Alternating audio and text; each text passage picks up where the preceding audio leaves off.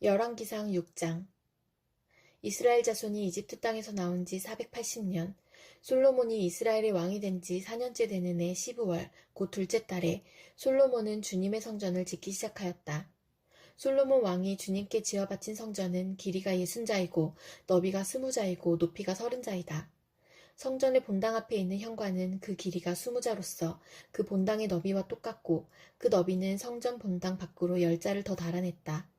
그리고 그는 성전 벽에다가 붙박이 창을 만들었는데 바깥쪽을 안쪽보다 좁게 만들었다. 그리고 그 사방에 골방을 만들었다. 성전의 벽, 곧 본당 양옆과 뒤로는 쭉 돌아가면서 3층으로 다락을 만들었다. 아래층에 있는 다락은 그 너비가 5자이고 가운데 층에 있는 다락은 그 너비가 6자이고 3층에 있는 다락은 그 너비가 7자이다. 이것은 성전 바깥으로 돌아가면서 턱을 내어서 골방의 석가래가 성전의 벽에 박히지 않게 하였다. 돌은 채석장에서 잘 다듬어낸 것을 썼으므로 막상 성전을 지을 때에는 망치나 정 등 새로 만든 어떠한 연장 소리도 성전에서는 전혀 들리지 않았다. 가운데 층에 있는 골방으로 들어가는 문은 성전의 남쪽 측면에 있으며 나사 모양의 층계를 따라서 가운데 층으로 올라가게 하였다. 또 가운데 층에서부터 3층까지도 나사 모양의 층계를 따라서 올라가게 하였다. 이렇게 해서 그는 성전 짓기를 완성하였다. 성전의 천장은 백향목 석가래와 널판지로 덮었다. 또한 성전 전체에다가 돌아가면서 높이가 저마다 5자씩 되는 다락을 지었는데 백향목 들보로 성전에 연결하였다. 주님께서 솔로몬에게 말씀하셨다. 드디어 내가 성전을 짓기 시작하였구나. 내가 내 법도와 윤리를 따르고 또 나의 계명에 순종하여 그대로 그것을 지키면 내가 내 아버지 다윗에게 약속한 바를 내게서 이루겠다. 또한 나는 이스라엘 자손과 더불어 그들 가운데서 함께 살겠고 내 백성 이스라엘을 결코 버리지 않겠다. 솔로몬이 성전 짓기를 마쳤다. 성전의 안쪽 벽에는 바닥에서 천장에 닿기까지 벽 전체에 백향목 널빤지를 입히고 성전의 바닥에는 잣나무 널빤지를 깔았다. 성전 뒤쪽에서 앞쪽으로 20자를 재어서 바닥에서부터 천장의 석가래에 이르기까지 백향목 널빤지로 가로막아서 성전의 내실, 곧 지성소를 만들었다. 내실 앞에 있는 성전의 외실은 그 길이가 40자였다. 성전 안쪽 벽에 입힌 백향목에는 호리병 모양 밭과 활짝 핀 꽃 모양을 새겼는데 전체가 백향목이라서 석재는 하나도 보이지 않았다. 성전 안에는 주님의 언약궤를 놓아둘 내실을 마련하였다.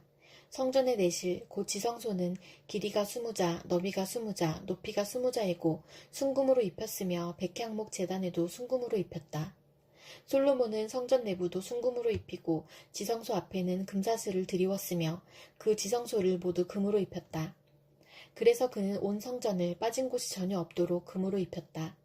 심지어는 성소에 속하여 있는 제단들까지도 모두 금으로 입혔다. 그는 지성소 안에 올리보나무로 2개의 그룹을 만들었는데 높이는 각각 10자이다.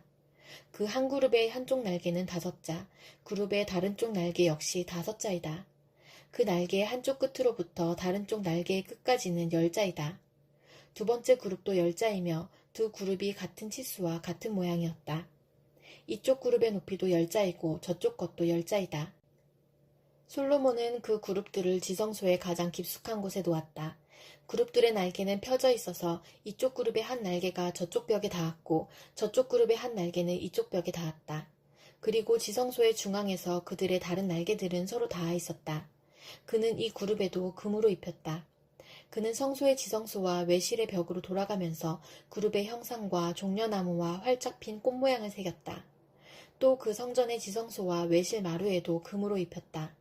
지성소 어귀에는 올리브나무로 문을 2짝 만들고 그 인방과 문설주는 오각형으로 만들었다.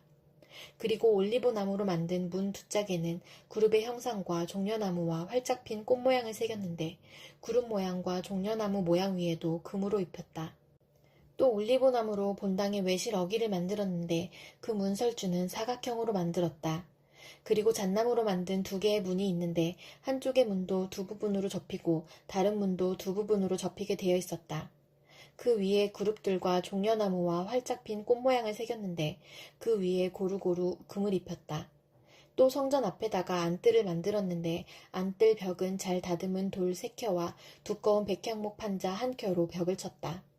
주님의 성전 기초를 놓은 것은 솔로몬의 통치 제4년 15월이고 성전이 그 세밀한 부분까지 설계한 대로 완공한 것은 제11년 불월 곧 8째 날이다.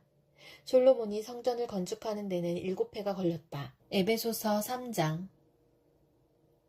그러므로 이방 사람 여러분을 위하여 그리스도 예수의 일로 갇힌 몸이 된 나 바울이 말합니다. 하나님께서 여러분을 위하여 일하도록 나에게 이 직분을 은혜로 주셨다는 것을 여러분은 이미 들었을 줄 압니다. 하나님께서는 나에게 그 비밀을 계시로 알려주셨습니다. 그것은 내가 이미 간략하게 적은 바와 같습니다.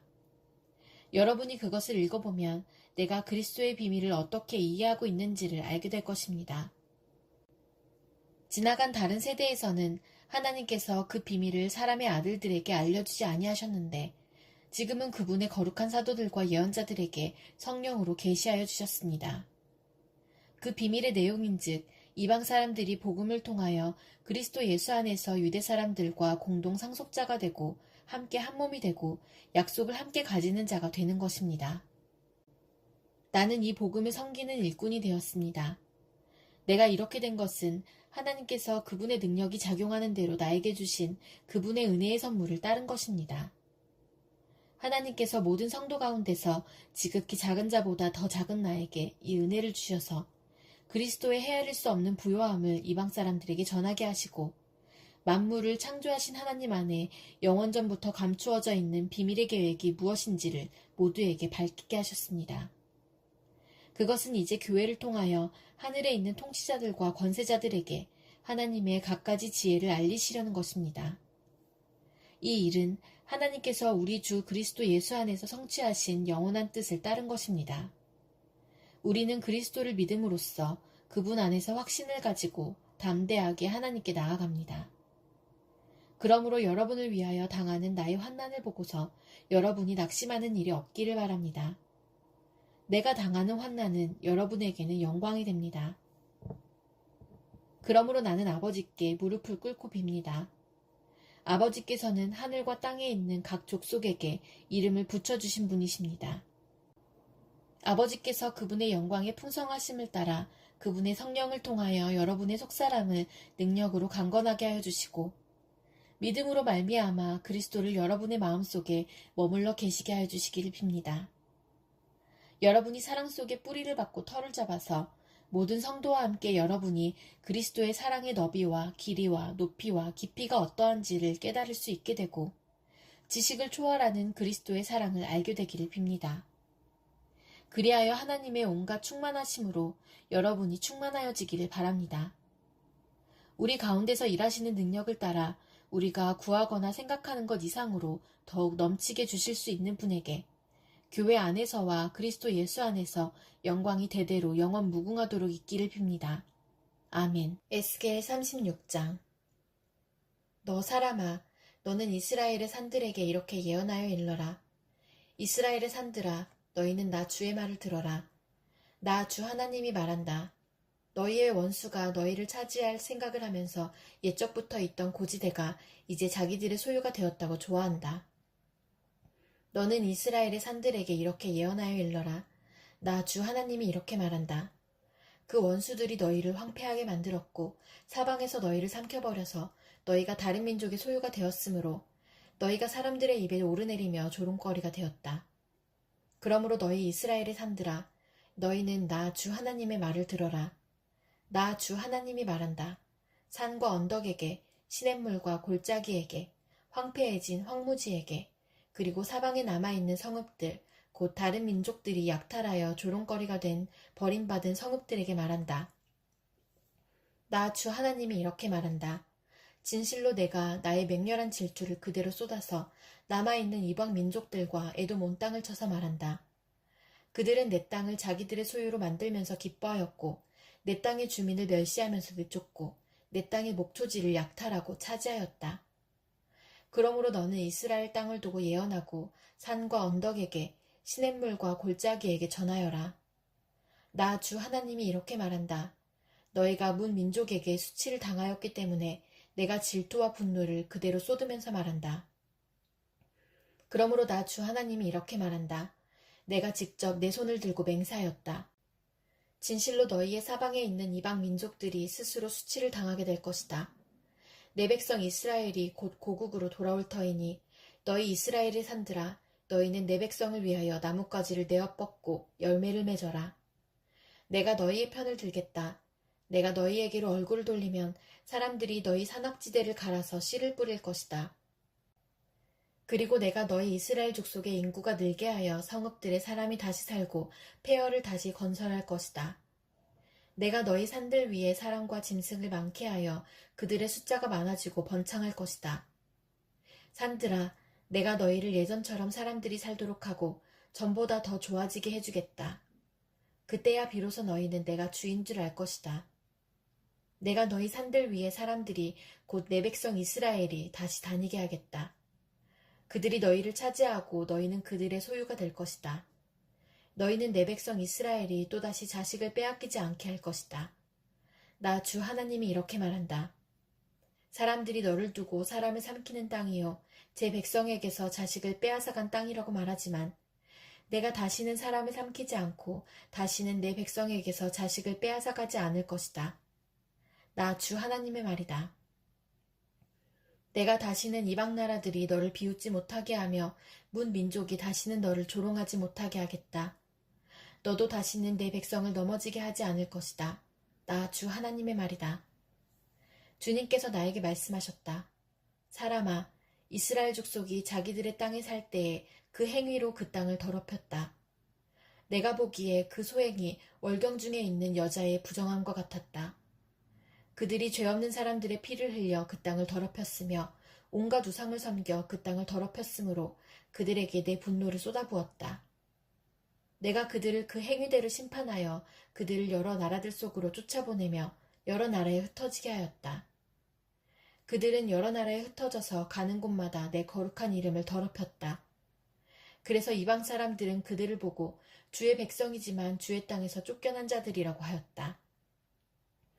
나는 이스라엘 족속이 여러 나라에 흩어져서 가는 곳마다 더럽혀 놓았지만 내 거룩한 이름이 더럽혀지는 것을 그대로 둘 수 없다.